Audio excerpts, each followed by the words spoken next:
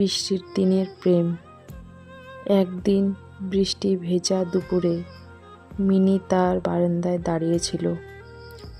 বাইরে অবিরাম বৃষ্টি পড়ছিল আর মিনি তার বাবার জন্য অপেক্ষা করছিল। সে খুব অস্থির ছিল, কারণ তার বাবার শরীরটা ভালো ছিল না। এমন সময় অভিক নামের একটি ছেলে, যে মিনির প্রতিবেশী, ছাতা মাথায় তার দিকে এগিয়ে এলো। বৃষ্টিতে ভিজছেন কেন? আসুন, আমার ছাতার নিচে আসুন, অভিক মিনিকে বলল।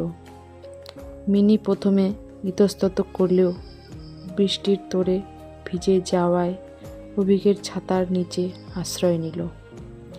বৃষ্টির ছন্দের সাথে তাদের দুজনের মধ্যে কথা শুরু হলো। মিনি তার বাবার অসুস্থতার কথা অভিককে বলল, আর অভিক ও তার জীবনের কিছু কথা মিনিকে বলল। ধীরে ধীরে তাদের মধ্যে এক নতুন ধরনের সম্পর্ক তৈরি হতে শুরু করলো। বৃষ্টি চলতেই থাকলো আর তাদের কথা চলতে থাকলো। তারা বুঝতে পারল বৃষ্টির দিনে তারা একে অপরের কাছাকাছি এসেছে এবং তাদের মনে একে অপরের জন্য অনুভূতি তৈরি হয়েছে। বৃষ্টি থামার পর অভিক মিনিকে তার বাড়ি পর্যন্ত এগিয়ে দিয়ে গেল। যাবার সময় অভিক মিনিকে বলল, বৃষ্টির দিনে আপনার সাথে দেখা হওয়াটা আমার জন্য খুব আনন্দের ছিল। মিনিও হাসি মুখে সম্মতি জানালো। আমারও তাই মনে হলো। এরপর থেকে তাদের বন্ধুত্ব আরও গভীর হতে লাগলো এবং তারা বুঝতে পারল বৃষ্টির দিনে তাদের সম্পর্কের শুরু হয়েছিল, যা হয়তো ভবিষ্যতে আরও মধুর হবে। একদিন মিনি গ্রামের একটি পুরনো জমিদার বাড়িতে ছবি আঁকতে যায়। সেই জমিদার বাড়িতে অভিকও তার বাবার সাথে বেড়াতে আসে। মিনি আর অভিক, যারা আগে একে অপরকে তেমনভাবে খেয়াল করেনি, তারা একে অপরের কাছাকাছি আসে।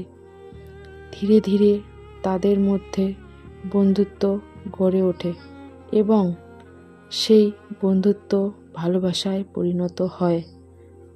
অভিকের কর্মব্যস্ত জীবন এবং মিনির গ্রামের সাধারণ জীবন তাদের সম্পর্কের মাঝে বাধা সৃষ্টি করে, কিন্তু তাদের ভালোবাসা এতই গভীর যে তারা একে অপরের প্রতি বিশ্বাস হারায় না।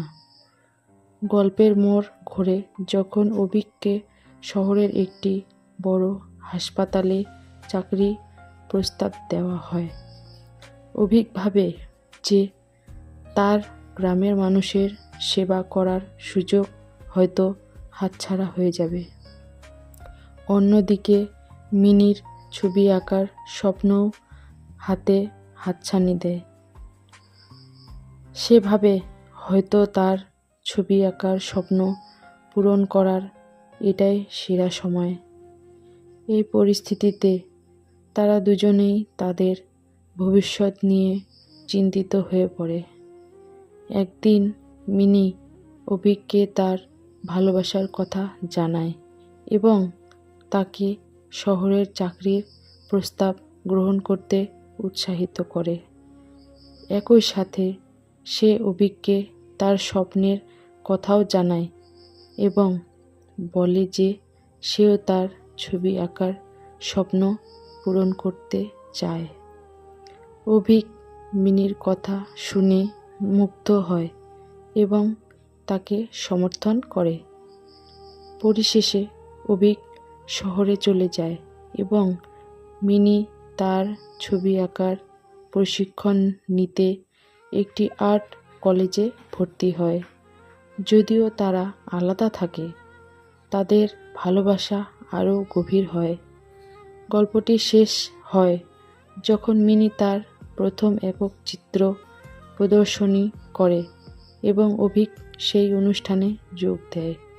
তারা একে অপরের হাত ধরে, তাদের ভালোবাসার জয় হয়। গল্পটি এটাই প্রমাণ করে যে ভালোবাসা মানুষকে যে কোনো বাধা অতিক্রম করতে সাহায্য করে।